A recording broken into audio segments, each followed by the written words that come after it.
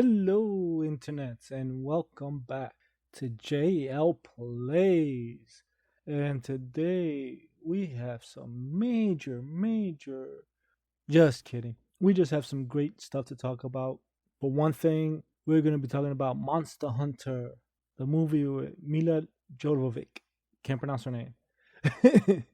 And also, we're going to be talking about Willy's Wonderland with Nicolas Cage. But first, we're going to be talking about Snowpiercer season 2. I just started watching it after giving it weeks of padded runtime for the episodes. And quite frankly, I only got to see the first two episodes. I really liked them, really did. But then when it got to episode 3, for me it just I lost total interest. I'm like, everything went from like, ooh, fast paced, we're telling interesting story. We're having these facts, we're learning about Wilford, we're learning about what's gonna happen. We're seeing what these characters is like. We find out that the planet is gonna come back to life. It's coming back to life, I should say. It's getting hotter, But then episode 3 it just felt like it put on the brakes. Let's slow it down. Let's make it more dramatic. Every character has to have something happening. Every character has to talk so slow and so with such gravitas. I was really like, oh, not this. Oh, not this again. I thought this series was gonna just keep going forward, full steam ahead, no pun intended. But it is absolutely not. Episode 3 just put me to sleep. I was so bored. I stopped it midway. I'll go back to it another time, see if I can get back into the feel of it. But for now, yeah, very disappointed. Really loved and enjoyed episode 1 and 2. It had a good pace. Everything was moving well. Then episode 3, everything just started slowing down, and that's where I stopped. For now, I will go back to it later, and we'll see if I continue watching it, because I really want to know how the story ends, if it's going to end at all. Hopefully it does. I'm really into the fact that single seasons or 2 season series are way better than drawing it out for 5, 4, 7, however many. I would prefer more like a 2 or 3 season series and move on to something else. And speaking of moving on, and I've been watching some other dramas, K dramas. Haven't found any Japanese dramas, which is very disappointing for me right now. But the K dramas I have been watching are interesting. Nothing to really talk about yet. I still really got to get into them to talk about it some more. There's promise in these, so we'll see in the future. So, like I said in the beginning, we have 2 movies this week, and the first one's going to be Monster Hunter with Milla Jovovich and Tony Jaa, which I, quite frankly, enjoyed very much. So that's your quickie review, and now we move on to spoilers, because I'm going to spoil a lot of this movie. Captain. What'd you find? It's definitely Bravo team, but the tracks end here. They can't just disappear. Where the hell did that come from? Back in the vehicle! It's gaining on us!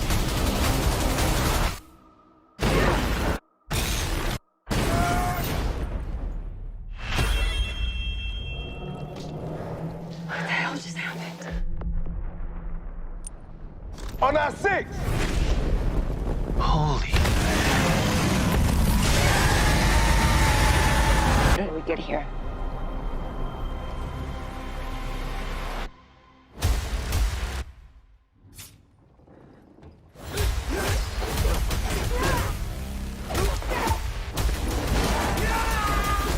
Stop!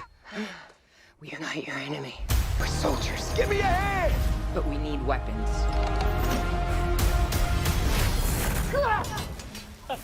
Gotta tell me about that. What happened to your family? Lot of us. I gotta get home. with me?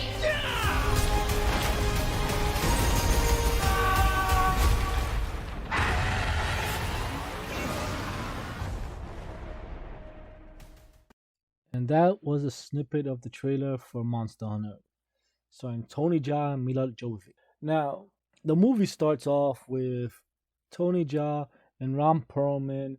Ron Perlman is the captain of this ship that's able to navigate in the sand, and the ship gets attacked by this giant monster. It fades to black, fade back in to see Milla Jovovich in our world. Her and her buddies, her rest of the army buddies, featuring Ti and some other people that I don't know who they are. They are in a routine patrol looking for their missing comrades. They go driving. They have this little spats between them, because we gotta show them that they're buddies and they've been through this a whole bunch of times together.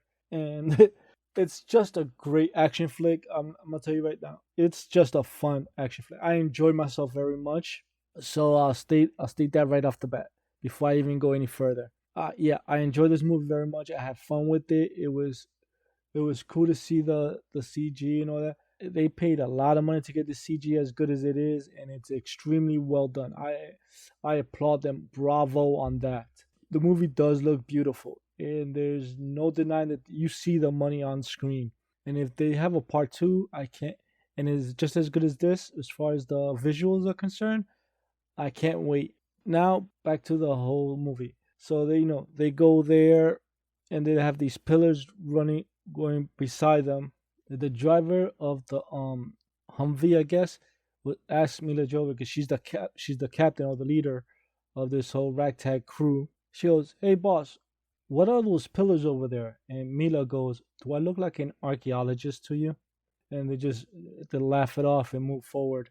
Because in other movies, the main actor will always have whatever the person is asking the question would know what to say and would explain what what those things are, which I found a nice little jab at the typical movie writing. So from there, the storm comes. They get teleported to the other world, the Monster Hunter world, where they are attacked by Diablos.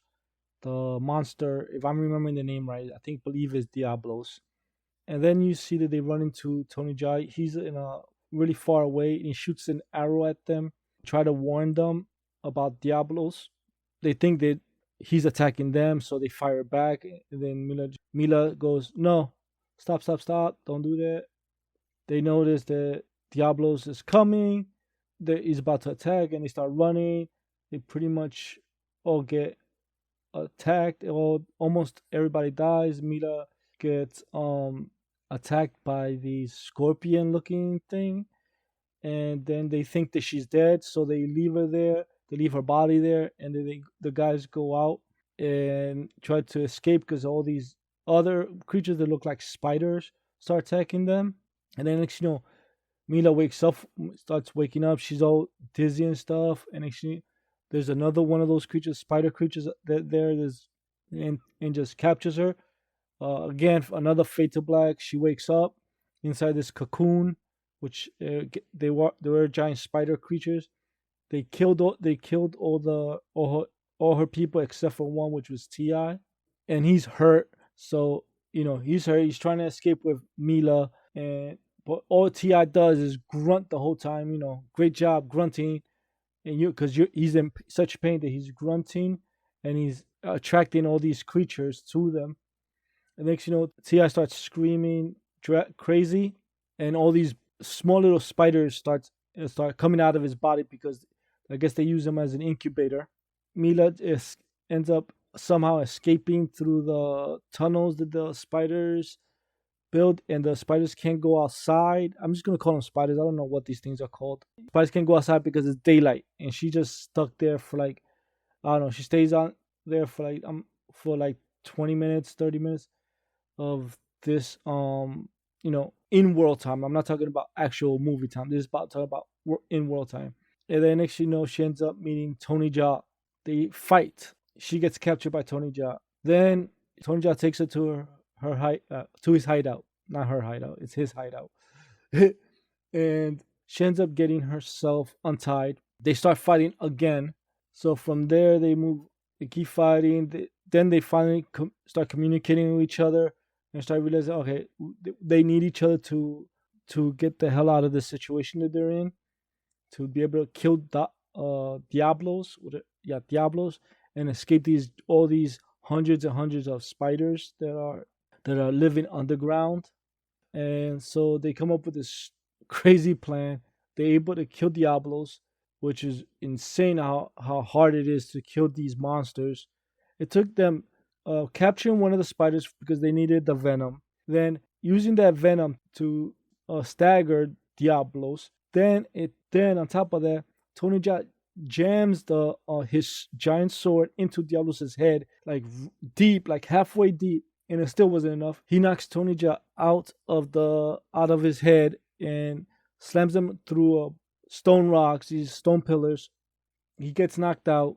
Then Milla was able to get on top of him because she has this grappling hook that Tony Jaa gave her. And then she digs the sword in even further down, almost all the way in, and that's what kills this giant monster. I'm like, Jesus, holy cow! And then from there she makes a makeshift stretcher that she carries Tony Jaa because he's knocked out cold. She is able to save his life. They make it to an oasis where it's beautiful, lush green. They end up killing this one monster, and they eat it. They're able to find a drink. Now it's nighttime. They try to get some rest, and then this giant dragon comes out of nowhere and starts burning the area where all these other monsters in the oasis are, and they start stampeding towards Tony Jaa and Milla. Next thing you know, Ron Perlman comes out of nowhere, so I guess he survived also after the beginning encounter. And then Tony Jaa, because all his crew, they're all part of the same crew, they end up saving him. And Ron Perlman is the only one that can actually speak English, because why not? Because many moons ago or centuries ago, the portal gate was opened by the people in his world to our world. And he learned how to speak our language because he wanted to learn how to stop it and communicate with humans, us. So then gives Milla Jovovich this exposition of this whole exposition about the history of the Monster Hunter world and whatnot, about why she's there, and explains also about the Black Tower that has the power to open the portals. They make an expedition to go up there and try to close it and try to get her home. Then they make it up there. Next that dragon comes back. Ron Perlman tells Milla, you have to wait to just before it shoots its fire to be able to kill it. But they all start fighting it. They'll start trying to kill it. And Milla ends up falling off the cliff where the thing is at, where the lightning is going off, and then she ends up being teleported back to our world. And from there she gets rescued by her fellow soldiers that came from the base to look for them. And next she's getting flown off in this helicopter, giant airplane machine. I don't know what the hell those things are called. The dragon comes out of nowhere. They start fighting the dragon. Milla remembers what Ron Perlman said, and she notices that when the dragon breathes, it was about to breathe fire, the throat lights up yellow, lights up, and she takes some sort of explosives, and she ends able to throw into the monster. The monster gets blown up, and you would think that that's where the movie will end. The monster blows up. Milla walks away. No, then a dragon monster is still alive. Tony Jaa comes out of nowhere. See Ron Perlman come also, and then they start killing the dragon once and for all. So Milla couldn't even kill the monster. Tony Jaa had to come in for the save to kill these monsters. And the next they notice that the portal is still open, and more dragons are coming. So she goes, we have to go back and stop this one, once and for all. And Ron Perlman goes, yep, let's go. And they end up going back to the Monster Hunter world, and credits. That's it. Mid-roll credit cutscene where you see, like, I guess the bad guy is behind everything, I guess, probably. and then you see that this giant Oopa Duper dragon, all covered. It looks like it's a giant tank. looks like a full, it looks like full metal tank dragon. I'm like, geez. And that's where the movie ends officially. And hopefully, I do hope that there's another one that does come, and finishes telling the story. Also, this movie was really, really fun. I cannot, again, maybe it's because my expectations were low. I really didn't expect anything from this film. So I just enjoyed myself. And I think that's why I'm going to start watching movies from now on. Go with no expectations and just hope for the best. Because I seem to be enjoying myself way more this way than I am if I'm actually expecting something well to happen. This was another nice surprise. The second nice surprise for me was Willy's Wonderland. And speaking of Willy's Wonderland, let's just get straight into that. Again, spoilers. If you haven't seen it, go watch it. It's another fun, ridiculous film. I really, really had fun this past weeks.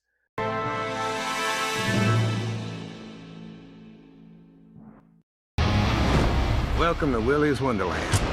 You spend the night cleaning Willy's Wonderland, and I will pay to have your car fixed. Deal? You are officially on staff. Let's get the hell out of here. I can't stand to hear a grown man scream. This place has a dark history. I know the bullshit story they told you. It's a lie. You're here to be a human sacrifice. Have you been listening to a word I've been saying? He's gonna die in here, but he won't listen to me.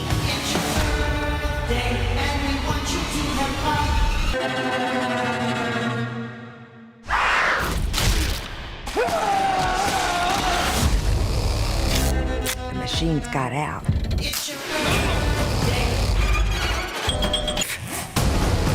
Put your balls on, Evan.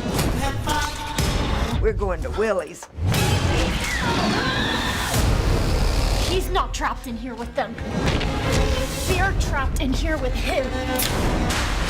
It's your birthday, and we want you to have fun. It's your birthday, so let's party. It's birthday time. And that was a snippet from Willy's Wonderland, starring Nick Cage. And holy cow, let me just say straight off the bat, I really, really had fun with this movie. And I'm happy that I did it because the reviews that I saw had this movie lukewarm-ish, or if not, you just wasn't going to like it. But if you saw the trailers, you knew what you were getting into. So I don't understand all the thing. Maybe you wanted a little bit better for what it was. That's what I'm guessing. But I enjoyed myself. I had a good time watching it. It isn't the greatest. You're not going to see Nicolas Cage and Mandy, anything like that. But it was really fun. I really did have a great time with this. The murder scenes with the robots, Five Nights at Freddy's type of atmosphere, yeah, I really enjoyed it. So if you're thinking about just getting, wanting to watch this movie, you see it, and you're not too sure about it, I say give it a shot. Why not? If you're able to afford the high price tag that it is for the rental fee. Other than that, yeah, go ahead and enjoy it. This is a movie you could watch any time of the year. So you don't have to rush out and watch it.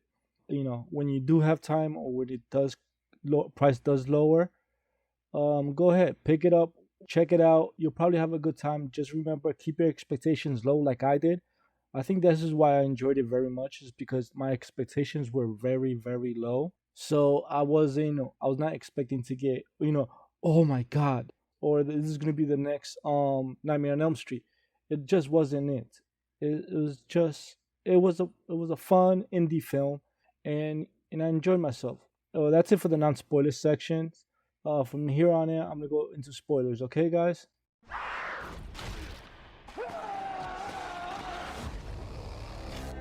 The machines got out.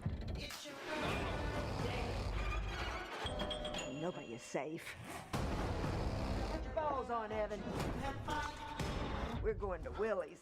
So, yeah, let's get right into this with the spoilers. One of my favorite things is like the setup for this was like, it was so mundane where how he ended up getting stuck inside this Chuck E. Cheese thing, Willy's Wonderland. I found this so lame that the best they could come up with was the tire spikes on the road to blow his tires, and that's how they get him because they go, "Oh, you don't have cash? Well, I got somebody you might be able to help." And then he meets this other guy, and he tells him, "Yo, you clean this up all nice and neat. By morning, you have brand new tires on your car, and you're ready to go. Okay?" And he takes up the deal. And one of my favorite things about this is that Nicolas Cage through this whole film doesn't talk. He absolutely refuses. He does. His character does not talk. He doesn't say a thing. He just grunts. I think he grunted a few times. And that was it. And then you have then they introduce the teenage characters, and quite frankly, I'm like, oh, the lines they gave him was really bad. It was just all very atypical horror slasher film where it's like they just don't go in there. We're not going in there. We're not gonna die, and then they end up all going in there by a freak accident, which they all fall through the roof because they were trying to save Nicolas Cage. One of them, which is the main star of the show, the final girl, was trying to save Nicolas Cage, and he refused to leave because he wanted his car. He wanted his car fixed. The only way he's gonna get his car fixed if he ended up having everything nice and neat. But I'm getting ahead of myself because I was just about to go straight to the ending. But yeah, then you have all the characters. You have the jock, the black guy, the ditzy sexy girl, the lover boy, and just the nerdy friend is just there for along for the ride, and they all end up dying one way or another. The only ones that survive in this whole thing is Nicolas Cage and the final girl. So, and then the whole town's in on this. The whole town knows about this whole situation. Yeah, you find out that the whole town, they let it happen because they made a deal with them that if they bring them a sacrifice, they won't attack the town. They won't kill the teenagers or anybody else in there. And the sheriff is in on it, and the sheriff just happens to be the adopted mother of the final girl because the final girl was one of the people inside because her parents were also hoodwinked into doing the same thing that they had Nicolas Cage do, but they ended up dying and getting murdered really bad. So let me backtrack a little. All these teenage kids are there trying to burn the place down, right? However, the final girl, she wants to get Nicolas Cage out, and he's just there drinking, cleaning, drinking his soda pop. It is just hilarious. He doesn't give a damn. There was one point there where he was already about to fight, and then his watch goes off, his watch alarm goes off, he has to take his break. And then he just looks at the watch, looks at the monster, looks at the girl, looks at the watch, looks at the monster, looks at the girl, and he gives the girl a knife, and then he just walks away to go take his break, his 10-minute break or whatever it was, and he's just there in the back playing pinball while the girl's trying to fighting for her life. Then his break is over. He comes back and he just kills the monster. It just had me. I'm like, this is so ridiculous. These are the little things that made me enjoy the movie so much. It's like all these ridiculous things that just like, yeah, it's break time, so I'm gonna just leave, and I'll be back. And he does this like he does it like one more time. I think does it twice in the film where he just stops, takes a break, goes drinks his soda, and comes back and just kills the freaking monsters or the robots, whatever you want to call them. I'm just gonna call them monsters. And then they go in there. The sheriff finds out that her adopted daughter is in there, and she comes in, tries to save her, and she ends up going through the thing. The strange thing that I didn't understand about the whole situation with the sheriff and whatnot. Nicolas Cage was in there literally taking care of business. He was there killing the monsters. When she came in to take the daughter, she was in there trying to protect her. She kind of was protecting the monsters, trying to see, letting them try to kill Nicolas Cage. And I'm like, why do you care if the monsters survive? If he kills the monsters, it's better for you in the town. That's the thing I didn't. That's the only drawback I had with the whole film. Honestly, everything else for me was fine. I liked everything else about the film, but that was the only thing that bothered me. Is like he's literally doing you and your town a favor by literally killing these things. You literally handcuff him and leave him in there, and you want him to stop. It just made no sense to me. That was the sheriff's. That was her reaction to the whole situation of him just in there killing these monsters. I just did not get that part whatsoever of the film. I'm pretty sure they probably explained it, but I probably glanced over why. Yeah, that part really just bugged me through the whole thing. Like, he's literally doing you a favor and you're there trying to stop him. Like, screw that, just let him kill them all. You don't have to ever do that ever again. All right? And it shows it because the Tex, the guy that owns the place now, says when he finds out that Nicolas Cage at the ending ended up killing everybody, he's like, this is great. We could just start over from scratch. We could, build something new, change the whole thing, bring this thing to life. He was happy that the monsters were dead. And then then he ends up getting killed by the pixie monster or the Tinkerbell monster, whatever the hell she was. But yeah, I've talked about this movie long enough. I'm not gonna give everything away. I don't want to do that, because if you're listening to this, even if you didn't watch the film, I suggest please go watch it. Again, if this doesn't, if everything I said does not make you want to go watch this film, I don't know what will. You're gonna regret not watching this film. This film, if you listen to this podcast this long and you haven't watched the film and you're still debating whether or not, you're gonna regret not watching this film.